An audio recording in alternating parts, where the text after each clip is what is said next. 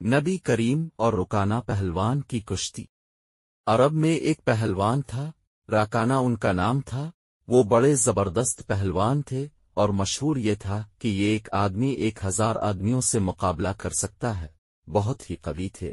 ان کے بدن کے وزن کی کیفیت تھی کہ اونٹ ذبح کر کے اس کی کھال بچھا دی جاتی اور رکانہ اس پر بیٹھتے اور نوجوانان عرب اس کھال کو کھینچتے تو وہ کھال ٹوٹ جاتی، پھٹ جاتی، مگر وہ حصہ جنبش نہیں کرتا تھا جس پر رکانہ بیٹھے ہوتے تھے۔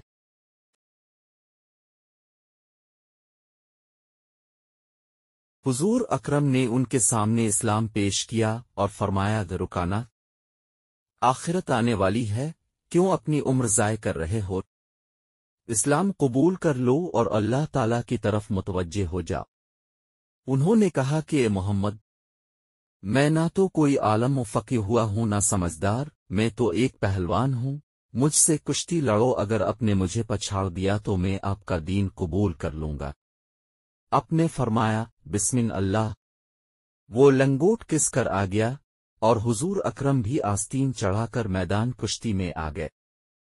1-2 وار پیچ کے بعد حضور اکرم نے اس کی کمر میں ہاتھ ڈالا اور ایک ہاتھ سے اس طرح اٹھایا جیسے کوئی چڑیا کو اٹھاتا ہے، اور آہستہ سے زمین پر رکھ کر چھاتی پر بیٹھ گئے اور فرمایا، رکانہ، اب کہو۔ مگر رکانہ کو یقین نہیں آیا کہ میں پچھڑ گیا ہوں، کیونکہ کسی نے آج تک اسے پچھاڑا ہی نہیں تھا، اور حضور اکرم نے اس طرح پچھاڑا کہ اتنی وزنی جسم کو ایک ہاتھ سے اٹھا کر نچایا اور آہستہ سے رکھ دیا۔ اس نے کہا، میں پچھڑ گیا ہوں، مجھے تو یقین نہیں آیا، ایک دفعہ اور کشتی لڑو۔ حضور اکرم نے فرمایا، بسم اللہ، پھر اپنے 1-2 پیچ کے بعد کمر میں ہاتھ ڈال کر اٹھا کر نچایا اور آہستہ سے زمین پر رکھ دیا۔ فرمایا، اب بتاؤ، یہی شرط تو ٹھہری تھی کہ اگر تم پچھڑ گئے تو اسلام قبول کر لو گے۔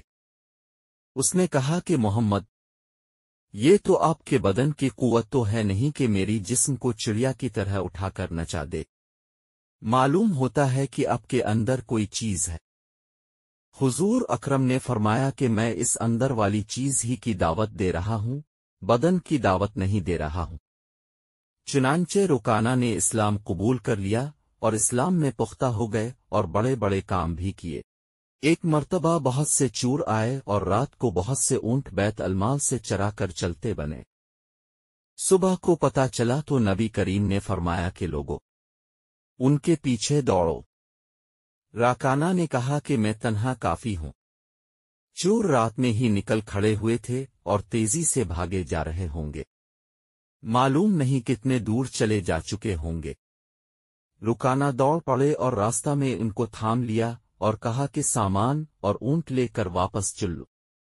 چنانچہ ان کو پکڑ کر لائے تو حضور اکرم نے ان کو سزائیں دے۔ کہنے کا مقصد یہ ہے کہ بہت سے لوگوں کے دل میں حق آ جاتا ہے، اگر تعصب نہ ہو اور واقعی حق طلبی ہے تو حق ضرور کھل جاتا ہے۔